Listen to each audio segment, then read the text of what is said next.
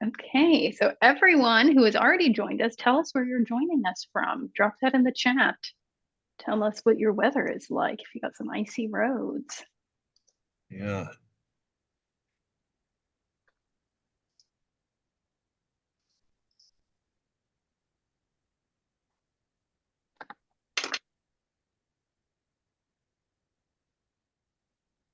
And we'll get started in just a moment, but Jess, you should tell us what the trivia question is for today. We're having our guest give us a trivia question today. We'll put that in the chat, and we'll give you the answer. Jess will give you the answer before we get started.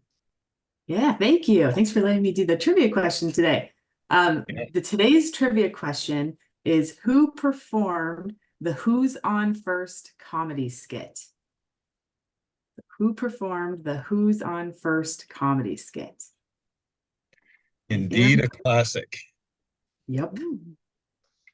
And if you haven't seen it, I recommend watching it. It's very good. Yes, anything is a good excuse to watch Who's On First comedy skit. I already see some answers in the chat here. We've got some Des Moines folks joining us, Council Bluffs, Deborah in Ames, Jess, of course, in Des Moines. It's great to see where everyone is joining us from. Well, I think, Aaron, we can get a slow start as people keep joining, but I'm all set here.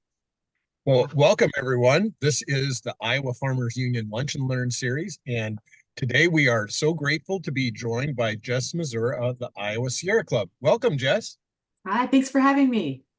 It's always a pleasure to have you with us. We have a few Farmers Union announcements we want to get to, and I'll turn to Christina for the first couple. Go ahead, Christina. Yeah, so I'm going to drop a link to IFU's website, our coming events page, so you can register for all of these things. All of the separate links will be there. So on Monday, we want you all to join us for our first legislative update at the session. We're going to be getting together at 6:30, just 6:30 to 7 p.m. Not too long. We'll be joined by IFU's lobbyist, Therese Harms.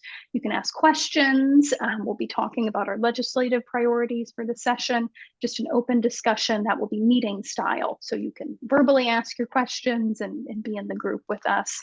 Next week, we'll be joined by another Iowa Sierra Club partner, Wally Taylor, will be giving us an update on the Bloody Run Creek situation. We know you all have requested some programming on that, so Jess helped us make that happen.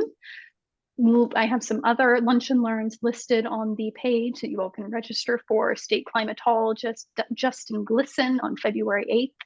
And then also please register for IFU's Lobby Day, set to take place in person on February 21st. We'll start the day at 9 a.m.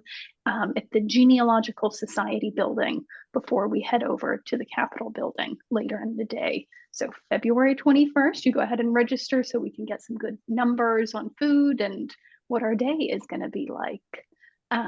Aaron, do you want to say anything else about Lobby Day? Well, we're really looking forward to it, folks. It's going to be a great opportunity.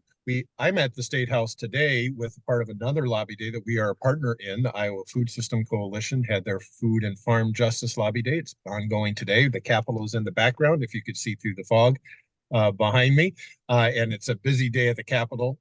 So I'm joining from the car just outside the Capitol today. But our Farmers Union Lobby Day will be on the 21st, and please sign up. We're looking forward to talking about issues that we're talking about today regarding eminent domain, talking about issues regarding our food system, and talking about a whole host of other issues, conservation and other things as well. So join us for the Iowa Farmers Union Lobby Day on February 21st. Our timing will be very good to have a strong impact on this legislative session. I'm going to ask just a couple other reminders. We have completed our $30,000 in 30 days fundraising campaign at the end of 2023, and it has been extremely successful. If you haven't had a chance to send in your pledge, please do so. That helps us to do our final accounting for the very successful campaign. So fulfill those pledges. And lastly, I want to remind people that the National Farmers Union has our annual convention in Scottsdale, Arizona, March 10th through 12th. We're anticipating a great set of speakers and lots of fun workshops, and we'll be connecting with family farmers from around the country as we elect leadership um, and vote and verify our policy as we do every year. So that's in Scottsdale. It's a great opportunity to get together March 10th through the 12th. But before we go any further, let's shift our topic to uh, the uh, the carbon pipeline battle and an update from Jess Mazour from the Iowa Sierra Club. Thank you, Jess, for joining us. This has been a tremendous ongoing battle, and we're really glad that you're here to give us an update and tell us what happens next. So thanks for being here, Jess. Yeah, thank you, Aaron, and thank you to the Iowa Farmers Union for great support working together and just a all-around great organization. So thank you for letting me give you an update on carbon pipelines, because if we are going to get anything past this legislative session, we are going to need everyone on board to help push our bills. And that's the biggest update of today is our bills got introduced yesterday. So we'll go into those, but before we do that, I'll share my screen and give you a little bit broader update on what's happening on the carbon pipeline front. So we'll talk about the summit hearing that recently concluded, Wolf, because that pipeline is still in the works, and we have some updates on that, the ordinances that we've been working on across the state, and then the exciting stuff is what's happening up at the Capitol right now. For the summit hearing, we just concluded the longest hearing in Iowa Utilities Board history in November. And then following the conclusion of the hearing, all of the parties had to submit briefs, basically highlighting their strongest arguments, picking apart other people's arguments, and all of those were submitted on December 29th.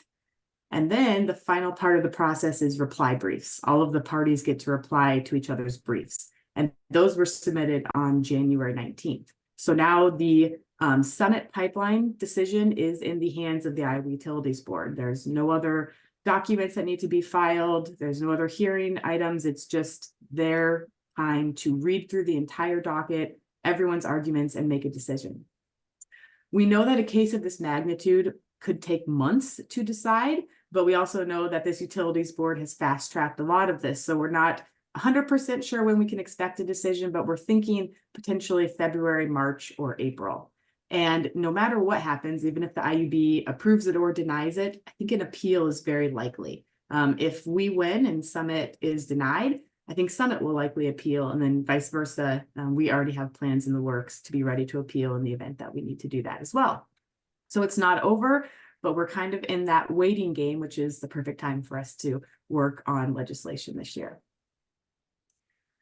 The Wolf pipeline, this is the most recent pipeline to apply in Iowa, carbon pipeline. They filed back in February of 2023. They submitted their official petition for a carbon pipeline. And then in November of last year, Wolf withdrew their application in Illinois because there was a lot of criticism coming from the Illinois Commerce Commission staff. And that was a promising sign that they're struggling the same way all the other carbon pipelines have struggled in different states. But that didn't stop them from moving forward in Iowa. So in December of last year, Wolf started to send out their easement offers to Iowa landowners along this route, which you can see on the screen. And we have created an interactive map that people can zoom in and out and see, where's the route, how close is it to different things. You can overlay ethanol plants and other things on that. So I'll put that in the chat if that's something people are curious in digging into. And on the Wolf pipeline, their docket is still open, and it will be open for a while. So just like we were submitting objections for the Summit docket, we want to do the same for Wolf. So we have a link down here, which I can put in the chat, and then you can submit an objection to the Wolf pipeline as well.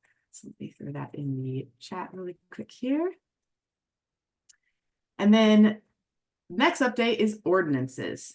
So one of the things that we've been working on for the past 2.5 years is thinking of different ways that we can protect our communities, stop the pipeline, and make it a more fair process for Iowans. And ordinances was one of those strategies, and it's been pretty critical. And we know that these ordinances are really important because we're getting sued for passing them. So if they were not important, I don't think we'd be getting sued for passing ordinances. But we have 9 county ordinances, and these are the counties in the dark blue. So Dickinson, Emmett, Kossuth, Palo Alto, Shelby, Adair, Story, Butler, and Bremer.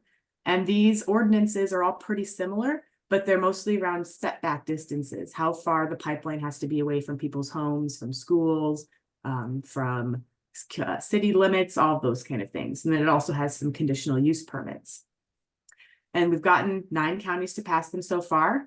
We have Dickinson County up in northern Iowa is going to have their first ordinance reading coming up on Tuesday, February 13th. So if you're up in that area, you could go advocate for their ordinance. That would be the 10th one that we have passed. Franklin County is going back and forth. They've held some hearings and then tabled it, then they've held a few more hearings. So currently Franklin County is tabled. So if you're in that area, it might be good to kind of push your supervisors to get an ordinance passed. And I think what's holding back some of these counties from passing them is, like I mentioned earlier, counties are getting sued after they pass the ordinance. Summit and or Navigator have sued 6 counties so far, and they're trying to say that these ordinances should not be in place because the federal government should do setbacks, but the federal government says that it should be the states or the counties that do setbacks. So we have been fighting this in the courts, and we had a couple of those cases. They were heard in the Southern District, and the judge ruled against us, but all of the lawyers who've looked at those do think it was an unfair ruling. So we have appealed, so that is still playing out. And then we have cases that are coming up in the Northern District.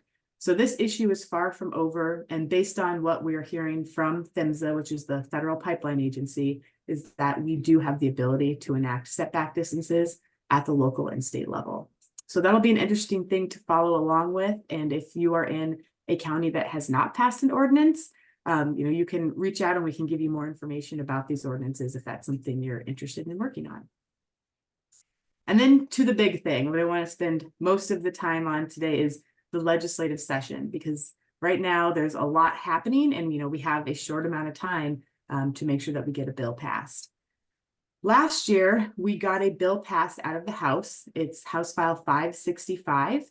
It is a 90% threshold of miles. So they have to get 90% of the miles of the pipeline route in Iowa signed voluntarily before eminent domain could be issued. That bill is still alive. Like I said, it passed out of the House 73-20, and then a few were absent and a few recused themselves. But the problem is it's stalled in the Senate. We're having problems with getting anything with the carbon pipelines through the Senate Commerce Committee, which is headed by Senator Waylon Brown. So that is one of the challenges with that bill. And we know ideally we would like something stronger than a 90% threshold. That would help us, considering Summit's still only at about 76% of easements. But we know at the end of the day, we really need to ban eminent domain for carbon pipelines. So that's one of our 3 big priorities that we have been lobbying on. We had a giant list of different things that we knew needed to change at the Capitol, but we've been highlighting these 3 because they're critical and they help us stop the pipelines, protect our communities, and then make sure that we have a fair process. So that first one is just outright ban eminent domain for carbon pipelines. Eminent domain should not be used for private projects making private profits and using public money to pay for it. The second one is protecting those county ordinances that we just talked about. We want to make sure that our communities have local control to be able to keep their constituents and their land and their communities safe. So we'd like the legislature to explicitly state that carbon pipelines must adhere to local county ordinances. And then the third big item is in the event that we have to appeal. So if IUB approves the Summit pipeline, we will appeal. And while we're going through an appeal process, we want to stop construction. We don't want them to be able to start building the pipeline while we are going through the appeal. In Iowa law, in order to stop construction, you have to get an injunction. And what comes along with that injunction is a giant amount of money you have to put up. You have to put up the amount of money the pipeline company thinks that they will lose because of that delay. So we're talking hundreds of millions of dollars. It's an amount we're never going to be able to fundraise.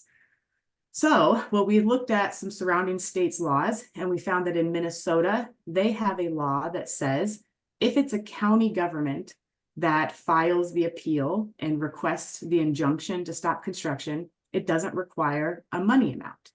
And that allows county governments to defend their ordinances and their laws without money being a barrier. We would like to see that implemented in Iowa as well. So that way, if we have to go to an appeal, we are not hindered by hundreds of millions of dollar bond. So those are the three big things that we've been talking about. And there are dozens more of little items that we think would improve the process, but we won't go into that much detail today. But we do want to talk about the three bills that have been introduced. These were just introduced yesterday. We are still running all of the language through our attorneys. So this bill we feel pretty good about. The other two, we know what the bill's intent is, and we still have to kind of look through to make sure the language is good. But Senate File 2097 is our favorite of the three bills. This was introduced by Senator Salmon and a number of others in the Senate.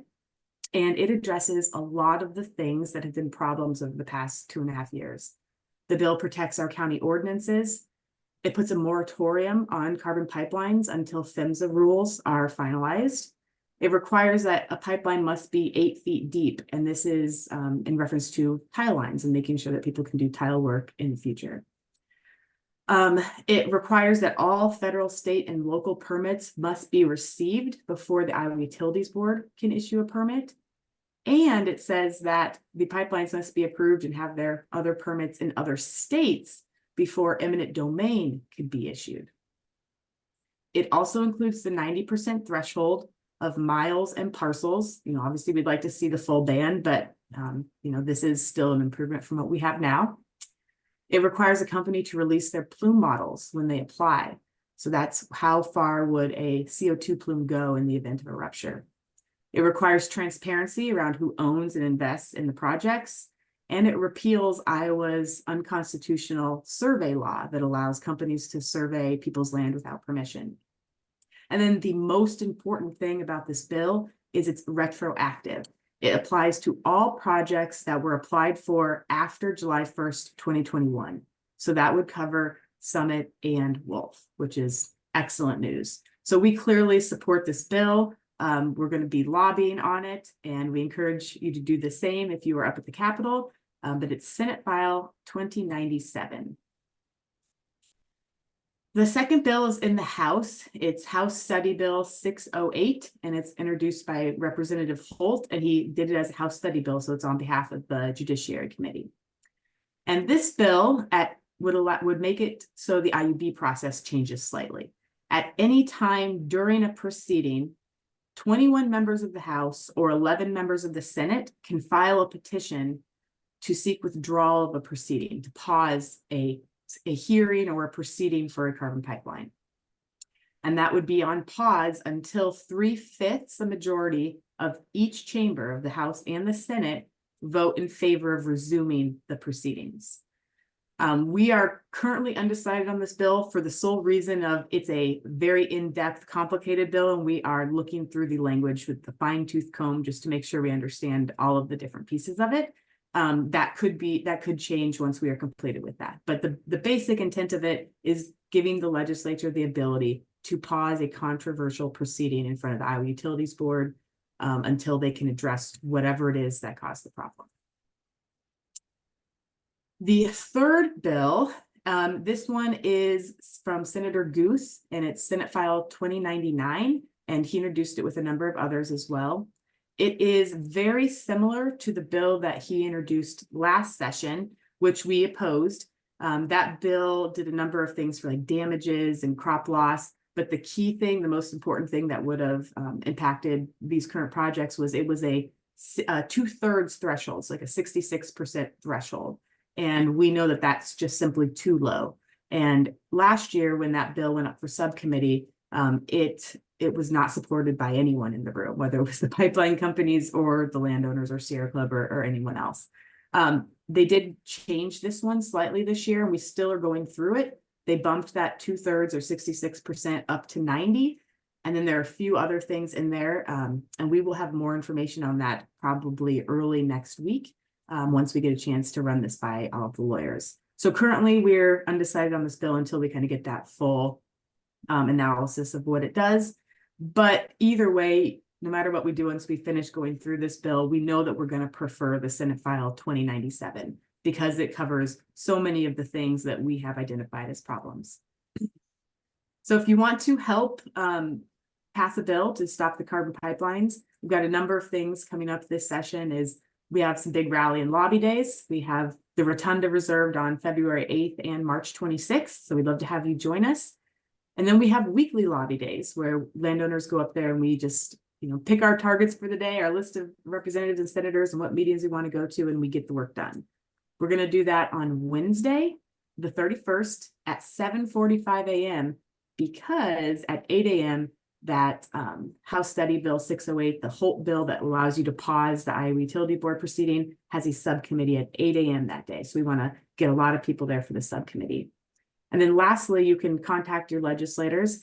The information's below, and just let them know that you'd like them to take action on carbon pipelines this session, and that we specifically know that we really like that Senate File 2097.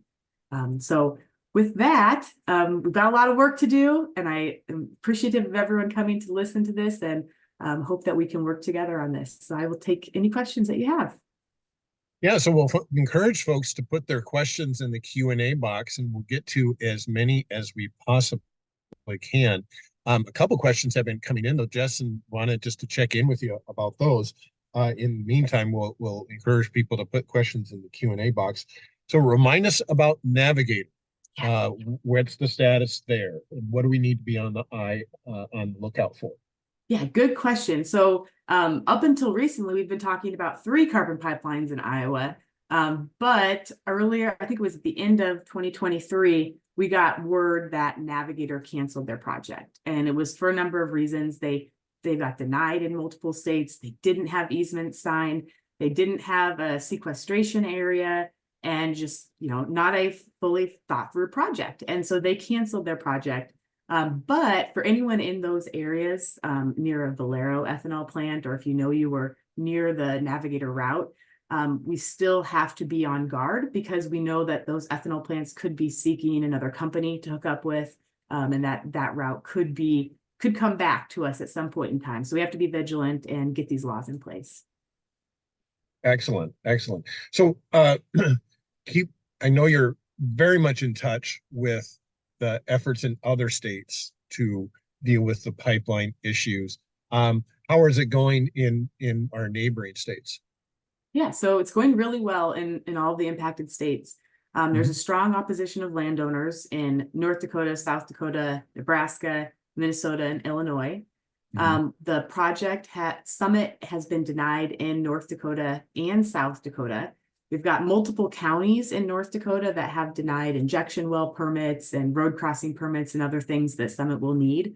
And then both the North Dakota and South Dakota legislature are either in session right now or very soon. So we're kind of all in this legislative mind all at the same time. And it seems to be a trend that our states are struggling with the Senates. So we really need to work on the Senate in all of these states. But we have bills in all of the states that are, what the landowners have been advocating for. So it's looking very promising. And then Illinois, they have some really strong people on the Illinois Commerce Commission who have been really digging apart the applications and helping, with pointing out where the pipeline is lacking, where they don't have sequestration, and that they shouldn't be considered, they shouldn't go through this process. Sure. And remind us how in Minnesota, the eminent domain laws are significantly different than some of the surrounding states. Is that correct? Yeah, Minnesota is completely different. And I can tell you a little bit what I understand, but there's probably a lot I don't know about Minnesota, but they don't have eminent domain over this. That's one of the things that's different. And so it's going to be a completely different fight there if they have to get voluntary easements, or they're going to have to change the law. So that'll be really interesting to see how it plays out. The one thing they've done in Minnesota was they had to get carbon dioxide listed as a hazardous material in the first place. They accomplished that. They're getting some environmental studies done up there. But the eminent domain piece will be an interesting thing to see play out in Minnesota. Well, very good. Well, it sounds like we've got a lot of momentum, a lot of people getting involved in the state. And in addition to the opportunities to go to the State House on a weekly basis and for some larger rallies. How do they get involved with the Sierra Club on these issues? Yeah, to get involved with the Sierra Club, you can send me an email and we can get you added to our list. We do a monthly newsletter. We send out action alerts. And we have a really good blog that we keep up to date during the legislative session on different bills. But I will put my email address in the chat and then I can get people added onto the newsletter list. Excellent. Yeah, I see it in the chat now, so people should check that out and get plugged in. You know, you said we need to be on the watch about Navigator, and not just Navigator, but the areas that Navigator we're coming into. And that sounds like the correct path to take. We had some people who saw the Navigator withdrawal as being optimistic. Well, it's only a matter of time before Summit and Wolf it do the same thing. What do you think about that sentiment? I think Summit had an advantage of being first. And so I think that they got some easements early on that probably could have been prevented had we known more at that point. So obviously Summit, I don't see them canceling their project unless they get denied. I could think that would open up a completely different realm of possibilities. Wolf, on the other hand, is seeing massive opposition from landowners for signing easements, just like Navigator did. So I think that's definitely still a possibility on the Wolf route, especially considering that they've already withdrawn in Illinois. They have said they're going to reapply, but I think we're seeing that, they're really struggling to get easements for projects like this since we've done just phenomenal organizing over the past 2 years. Sure. We have a question, about the ecological nature of pipelines, the quote unquote ecological nature. What arguments are gaining ground about the huge cost in water to keep the pipeline process going? Yeah, I've got kind of two things on it when we're talking about ecological. Water is one, which I'll talk about second. But the other one is this whole argument that carbon capture and storage with ethanol plants is going to solve climate change. And there was recently a study done by a Stanford professor named Mark Jacobson, and he compared electric vehicle Ford F-150, I think it was, with powered by renewable like solar and wind, and then they compared a gas combustion Ford F-150 with carbon capture and storage and ethanol. And when he looked at that, it is just significantly better to be investing in clean energy rather than fossil fuels and carbon capture. It saves money over the long term for the individual and for just our economy in general. It also is a lot less land use when we're talking about other forms of energy compared to carbon pipelines. And then going down the list, there are just a ton of benefits of why we know that if we really want to take climate change seriously, there are better solutions than carbon pipelines and carbon sequestration on ethanol plants. But the water thing is the other really big thing that we need to highlight here in Iowa with carbon pipelines is in order to do carbon capture and storage, it requires a lot of water. When they capture the CO2, it's in a gas form. They have to separate out all of the CO2 and from the other contaminants. And then they have to pressurize that CO2 to turn it in from a liquid or from a gas into a supercritical state. And that heats up, and they have to have cooling systems. And that's where the water comes in to keep these systems cold. And so each of these ethanol plants, they're going to need a water permit. And it'll be from the company, not from the ethanol plant, but it'll be located at each of the ethanol plants. And that's what we need to fight, because we don't think that's a good use of our water resources. These are public water resources that we know we need to preserve for future generations. And we know ethanol in and of itself already uses a massive amount of water. And in addition with CCS, it could be astronomical. There have been some studies that say if we implement CCS at the level that we're being told we need to combat climate change, we could double the water footprint of humanity. So that's one thing that we really need to understand is the massive amount of water that goes into carbon capture and storage. Great. Well, one last question asks, what are we hearing from Governor Reynolds on this issue? Crickets. That's what we're hearing. Nothing. We have been asking Governor Reynolds for a meeting for over 2.5 years now, and she has ignored us. She is trying her best to just wipe her hands clean of this issue and pass blame onto other people. So that's one of the things, if anyone ever has the chance to go to a Reynolds event or you run into her at the grocery store, whatever it is, talk to her about it, because we need to pressure her. She's, ultimately one of the most powerful people on this, who can hold up our bills or let our bills pass. Yeah, absolutely. Well, there's a lot of things happening all around the state, all around the Midwest on this issue. What makes you most optimistic about what happens next? I think the thing that makes me the most optimistic is just the coalition that we're building on this work.